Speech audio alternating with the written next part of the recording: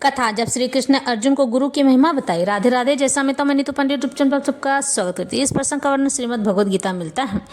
गुरु गोविंद दो खड़े काके लागो पाए, बलिहारी गुरु आपनो गोविंदियो बताए। इसका महिमा ये है कि यहाँ पर कहा गया है कि गुरु और गोविंद यानी भगवान दोनों खड़े हैं।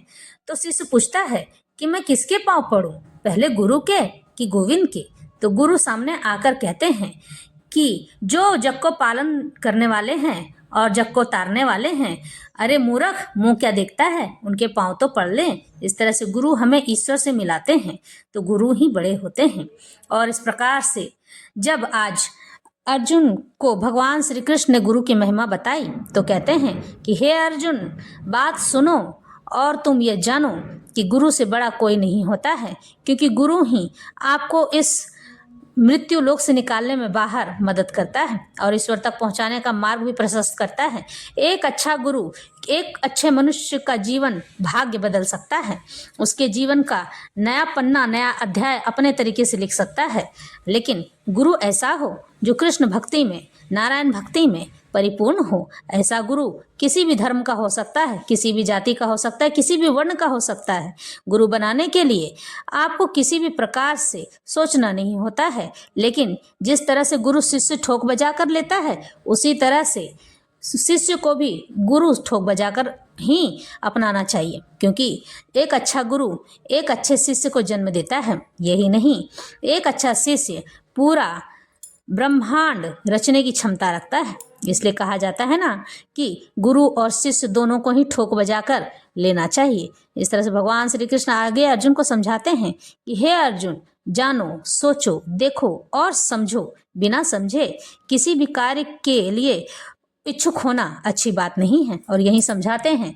और अर्जुन यहाँ कहते हैं, न ही प्रपश्यामि ममाप नुधाद यच्छोक मुच्छोस नमीन्द्रियानाम अवाव्य भूमाव सत्पन्न मृद्धम राज्यम सुरानामपि चाधिपत्यम। मुझे ऐसा कोई साधन नहीं दिखता जो मेरी इंद्रियों को सुखाने वाले तथा शोक को दूर कर सके। स्वर्ग पर देवताओं के अधिपति की तरह इस धन ध्यान संपन्न सारी पृथ्वी पर निष्कंटक यानी कि बिना किसी कष्ट के राज्य प्राप्त करके भी मैं इस शोक को दूर नहीं कर सकूंगा।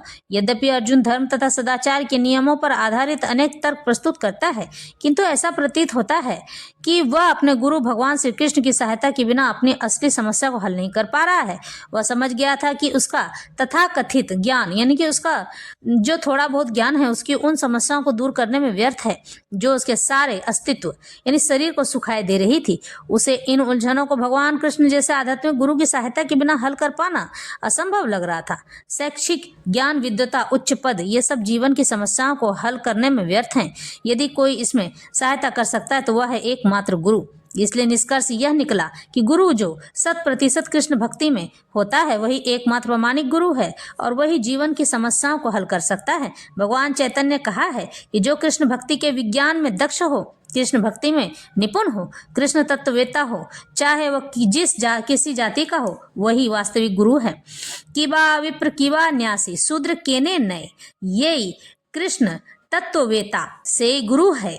यहाँ भगवान श्री कृष्ण पूर्ण रूप से समझाते हैं, कोई व्यक्ति चाहे वह विप्र वैदिक ज्ञान में दक्ष हो, निम्न जाति में जन्मा हो यानी कि छोटा जात का ही क्यों ना हो, शूद्र हो या कि फिर सन्यासी हो, यदि वह कृष्ण के विज्ञान में, कृष्ण भक्ति में, कृष्ण तत्ववेता में निपुण है और भगवान की परिपूर्ण रूप से भक्ति करता है, निस्वार्थ भक्ति करता है और उनसे निस्वार्थ प्रेम करता है, तो वह यथार्थ ही प्रामाणिक गुरु हो जाता है। चैतन्य चरितामृत में कृष्ण द्वेता हुए बिना कोई प्रामाणिक गुरु नहीं हो सकता है। वैदिक साहित्य में भी कहा गया है कि सट कर्मणि निपुणो विप्रो मंत्र तंत्र विशारद अवैष्णव गुरुर्न स्याद वैष्णव स्वपचो गुरु। विद्वान ब्राह्मण भले ही वह संपूर्ण वैदिक ज्ञान में पारंगत क्यों न हो, अगर एक ब्राह्मण है तो वो सारा ज्ञान क्यों न जानता हो। यदि वह वैष्णव नहीं है, यानी कि वो मांसाहार है और ब्राह्मण के नाम पर ऐसी उल्टी सीधी हरकतें करता रहता है, तो कृष्ण भक्ति में दक्ष नहीं है, उसे भगवान का भक्त नहीं मानना चाहिए, तो गुरु बनने का पात्र नहीं है। लेकिन अगर शूद्र यदि वैष्णव है, यानी कि वह ईश्वर को भजता है और यहाँ कहा गया कि लहसुन प्याज या फिर मांस मदिरा का सेवन नहीं करता है, पूर्ण रूप से भगवान को अपने आप को समर्पित कर देता है और कृष्ण की भक्ति करता है, तो गुरु बन सकता है। पद्म पुराण में इस बात का उल्लेख किया गया है। संसार की समस्याओं, जन्म जरा व्याधि तथा मृत्यु की निवृत्ति धन संचय तथा आर्थिक विकास में संभव नहीं है। विश्व के विभिन्न भागों में ऐसे राज्य हैं जो जीवन की सारी सुविधाओं से तथा संपत्ति एवं आर्थिक विकास से पूरित हैं, लेकिन फिर भी उनके सांसारिक जीवन की समस्याएं ज्यों की त्यों बनी हुई हैं।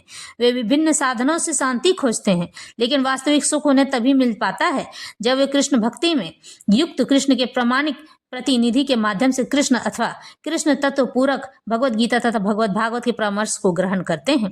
यहाँ भगवान यही समझा रहे हैं कि मेरी शरण में आने के लिए पूर्ण रूप से वैष्णव का होना आवश्यक है। और इसी बीच में मैं आपको एक बात और बताना चाहूंगी। लोग ठाकुर जी अपने घर में नन्हे गोपाल जी को ले तो आते हैं, लेकिन उनके नियमों का पालन नहीं करते हैं। उन्हें ऐसे ऐसे चीज कि उस घर में इस्तेमाल होता है जैसे मानो कि भगवान भी उन चीजों का भोगी हो गए हैं और उनका ख्याल भी नहीं रखते हैं। ऐसे घरों में मृत्यु कारक योग घटना घटती है। ऐसे घरों में लोग एक दूसरे से झगड़ा करते रहते हैं। ऐसे घरों में कभी सात्विकता नहीं रहती है। ऐसे घरों में कभी शांति नहीं रहती है। ऐसे लोग, वहाँ के लोग हमेशा अशांत और व्याकुल रहते हैं, बीमारी लगी रहती है।